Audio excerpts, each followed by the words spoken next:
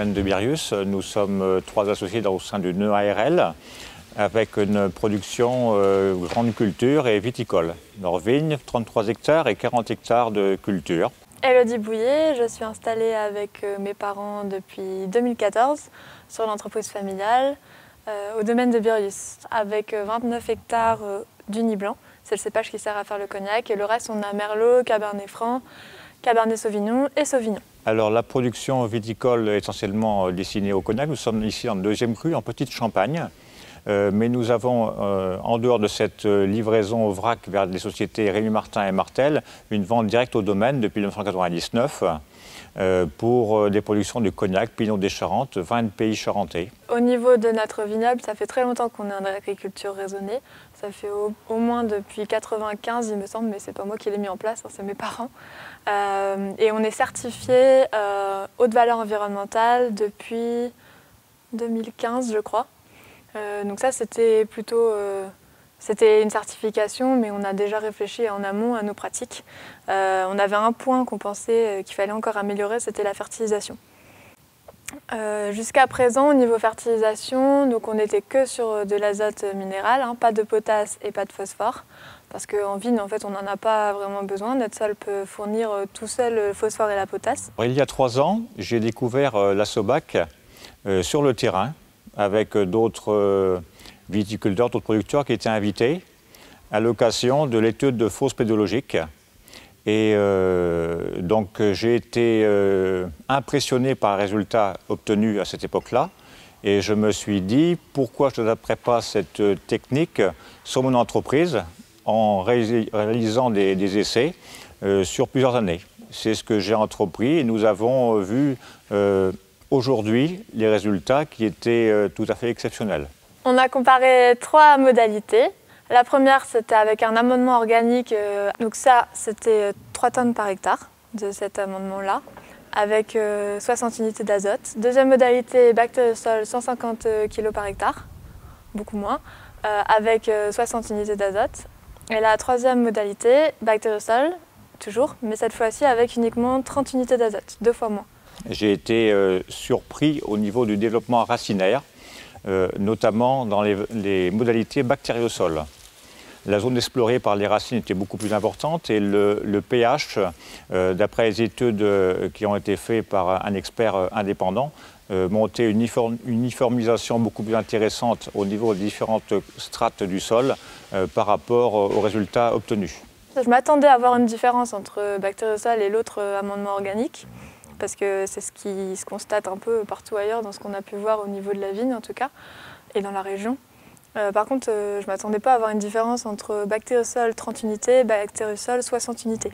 Dans le bactériosol qui est à 30 unités, on avait un résultat spectaculaire, avec un pH qui était identique pratiquement sur toutes les couches du sol. D'ailleurs, il n'y avait pas de couche pratiquement, parce que c'était vraiment très homogène.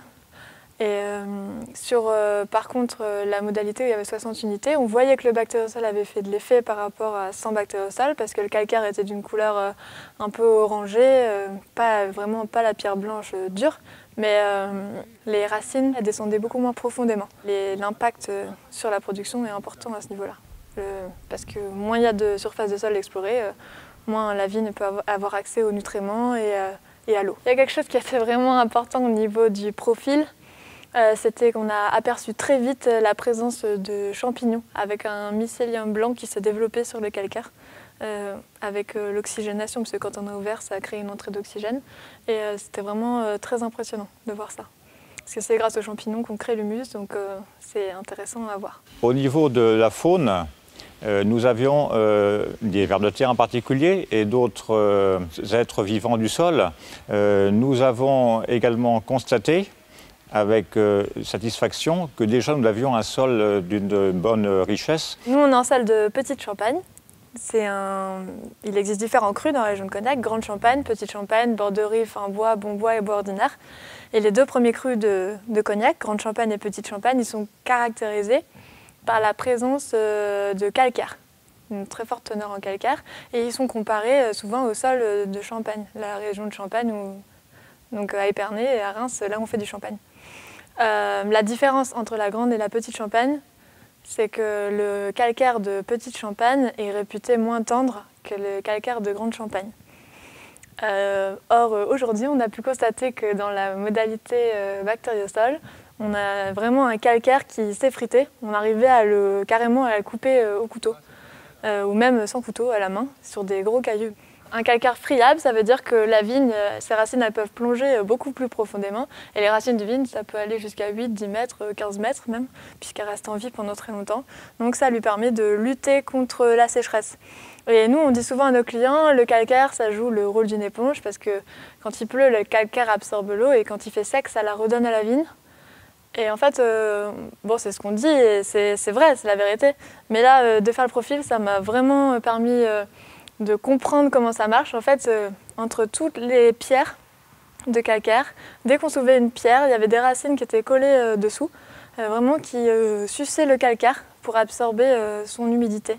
Donc c'était vraiment très impressionnant. Alors ce qui est intéressant dans l'essai, qu'on n'avait pas prévu au niveau des résultats de départ, c'est que la modalité bactériosol plus 30 unités d'azote a un résultat obtenu au niveau du développement racinaire supérieur à celle où on avait 60 unités d'azote rajoutées au même bactériosol. Ce qui est assez surprenant, ce qui montre bien qu'il n'est pas la peine de rajouter d'éléments minéraux en quantité importante, et l'utilisation de bactériosol permet de faire des économies. En fait, le produit bactériosol, ça permet de créer du sol. C'est ce qui est marqué dans toutes leurs pubs, mais c'est vrai en fait.